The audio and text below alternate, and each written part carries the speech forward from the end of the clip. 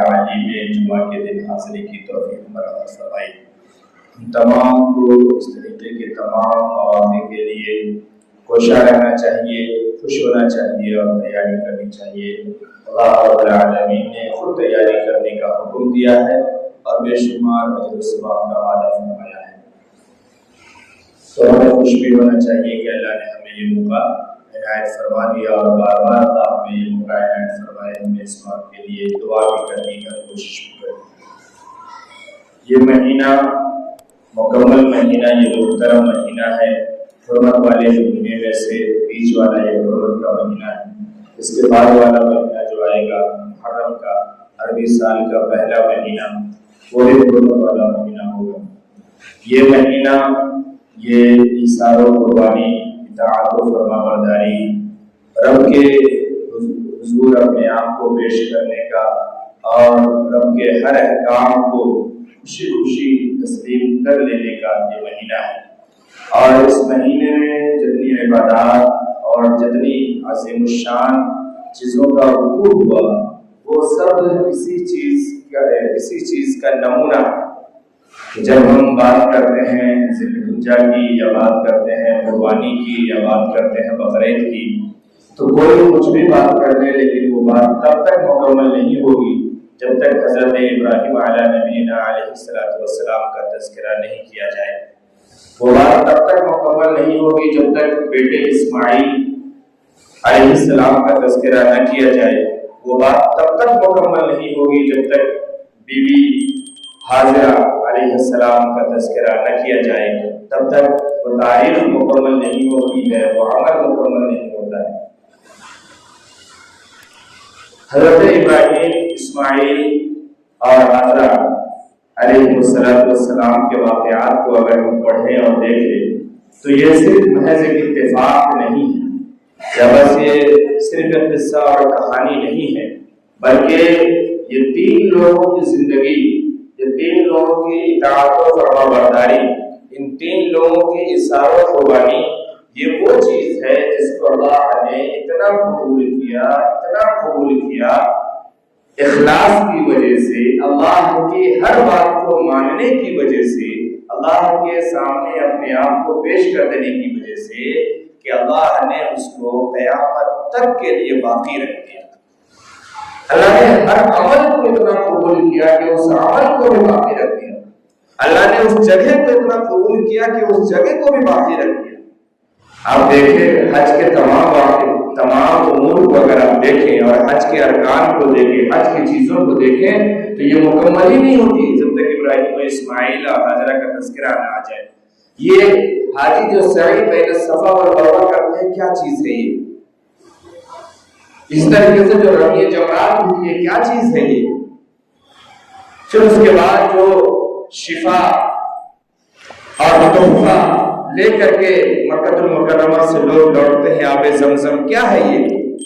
تمام چیزیں تین لوگوں کی محبت اور قربانی کا نتیجہ ہے،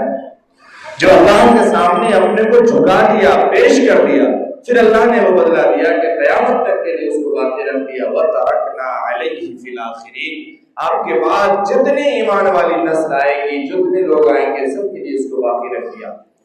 یہ وہ ہے محبت کا نتیجہ، اور محبت کے بدلے میں اللہ کی طرف سے انعام اور اکرام اور احسان۔ تو یہ محترم مہینہ، میں نے پچھلے ہفتے یہ بات عرض کی تھی کہ بغیر محبت اور بغیر شوق کے کوئی کام کامیاب نہیں ہوتا۔ یہ دنیا کے لوگ بھی یہ کہتے ہیں کہ جس کام کو آپ کرتے ہیں، دنیا کا کوئی کام، جس کام کو آپ کرتے ہیں، چاہے وہ چھوٹا سے چھوٹا ہو یا بڑا سے بڑا ہو، اگر آپ کو اس کام میں کامیابی چاہیے تو یا تو جو کام آپ کرتے ہیں اس کام سے محبت کیجیے، یا پھر جس کام سے آپ محبت نہیں کرتے ہیں وہ کام چھوڑ دیجیے۔ یہ دنیا کا اصول ہے،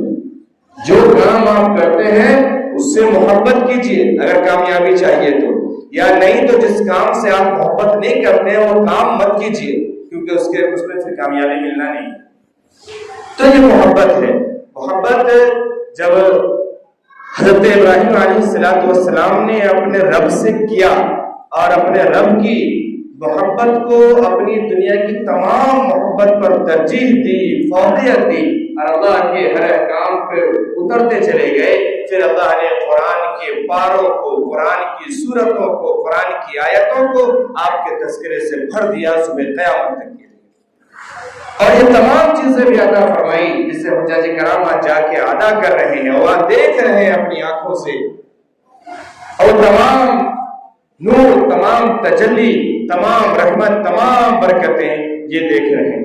میں مختصر میں صرف یاد کروں کہ اگر کوئی یہ چاہے کہ ہماری زندگی اچھی ہو جائے، اگر کوئی یہ چاہے کہ ہماری زندگی فرما بردار ہو جائے، اگر ہم یہ چاہتے ہیں کہ ہم رب کو راضی کرنے والے بن جائیں، تو 3 لوگوں کی جو زندگی ہے نا، یہ 3 لوگوں کی زندگی دنیا میں ہر کسی کے لیے مثال اور نمونہ اور پیغام ہے۔ اگر بڑے جو لوگ ہیں، بڑے اگر حضرت ابراہیم علیہ السلام کی زندگی کو پڑھ لیں اور وہ یہ اس پر عمل کرنے کی کوشش کرے، تو پھر بڑوں کی زندگی سے ہر قسم کی کمیاں نکل جائے گی، ہر قسم کی برائیاں نکل جائے گی، ہر قسم کی اثار اور قربانی کا جذبہ ان کے اندر آ جائے گا، اور وہ مکمل مطیع اور فرما بردار بن جائیں گے، دنیا میں بھی کامیاب ہوں گے اور اللہ کے دربار میں بھی کامیاب ہو جائیں گے۔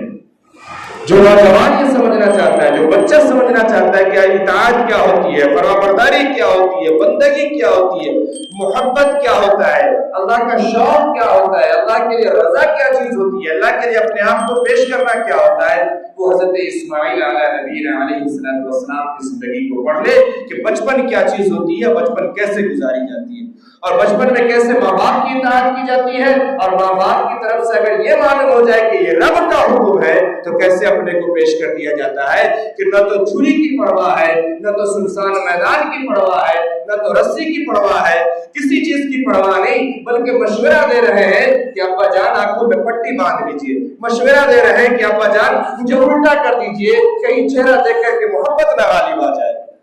یہ وہ بچپنا ہے، یہ وہ زندگی ہے۔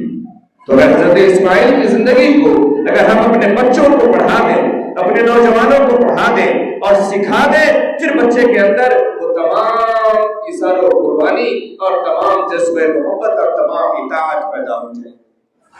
اور اسی طریقے سے جو ہمارے گھروں کا حال ہے، جو گھروں میں ہر قسم کی تمام چیزوں کی چک چک اور لڑائی اور جھگڑے ہیں،